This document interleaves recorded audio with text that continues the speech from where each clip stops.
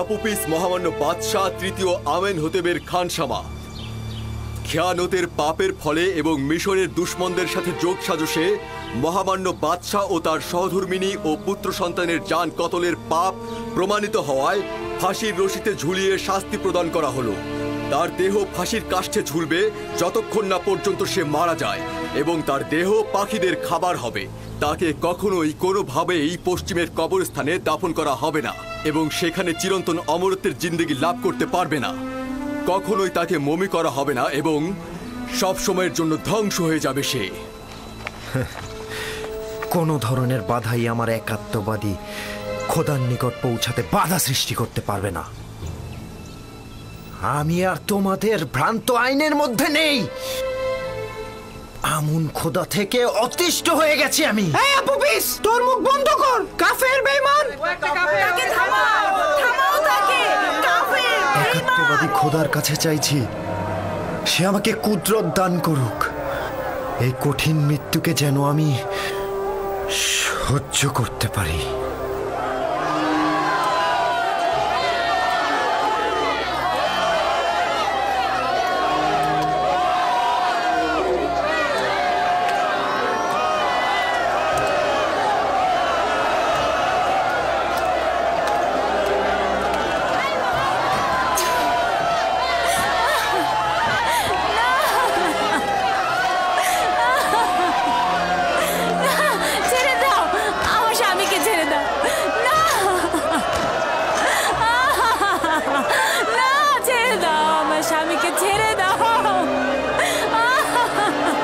তোর আমন খোদার উপরে লানত, তোর উপরে লানত, কাফের বেঈমান।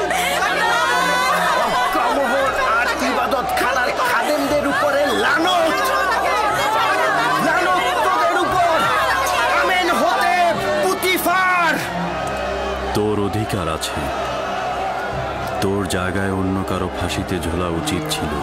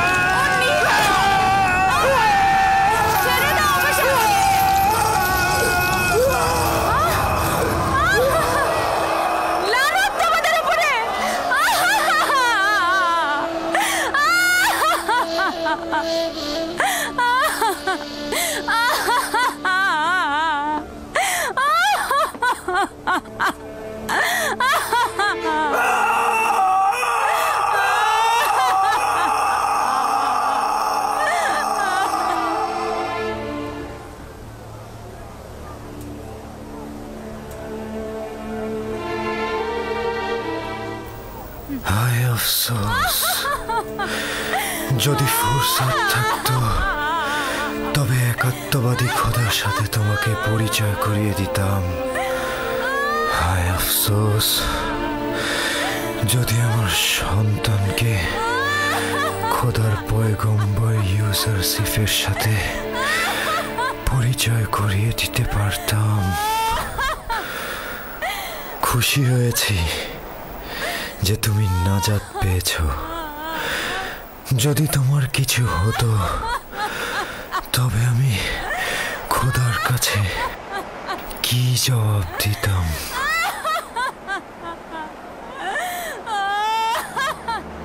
তাকে দেখে মনে হচ্ছে সে হাসছে। ঠিকই তো, আমিও তো তাই দেখছি। বিষয়টা কি? ও কেন হাসছে? আমার মনে হয় সে বিশ্বাস করছে মৃত্যুর পরে সে সর্বোত্তম জায়গা পাবে।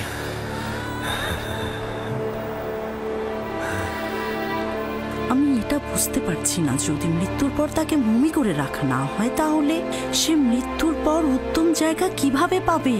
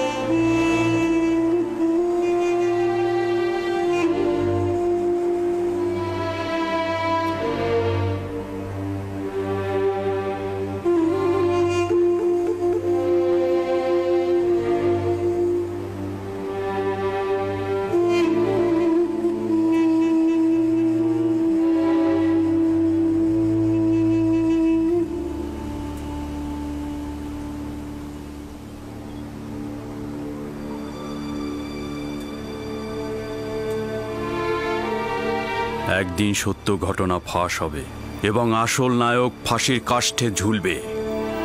একদিন না একদিন অজ্ঞামোহর ও অন্যান্য খাদেমরা তাদের পাপের শাস্তি পাবে। রওনা হও।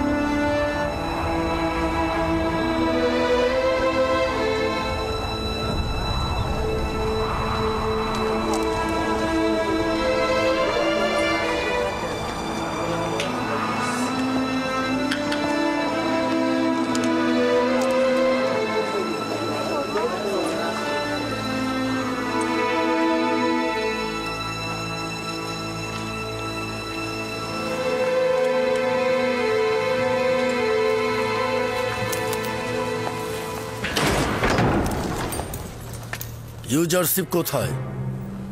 জনাব ইউজারশিপ। ইউজারশিপ, তুমি যেরূপ খোয়াবের ব্যাখ্যা দিয়েছ সেরূপই ঘটেছে। আপুপিস ফাঁসির দড়িতে ঝুলেছে।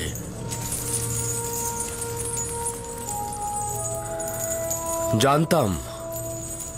সকাল থেকে এখন পর্যন্ত তো আমি তার জন্যই দোয়া করছি, খোদা তাআলা যেন তাকে ক্ষমা করেন। ইরানুস আজাদ পেয়েছে এবং আমেনহোতেবের রাজমহলে সে পূর্বের পেশায় ফিরে গেছে। খোয়াবের এরকম সূক্ষ্ম ব্যাখ্যা কি করে সম্ভব হয়? ব্যাখ্যা বা পূর্বকথন নিজের অনুমান ও ধারণা মাত্র।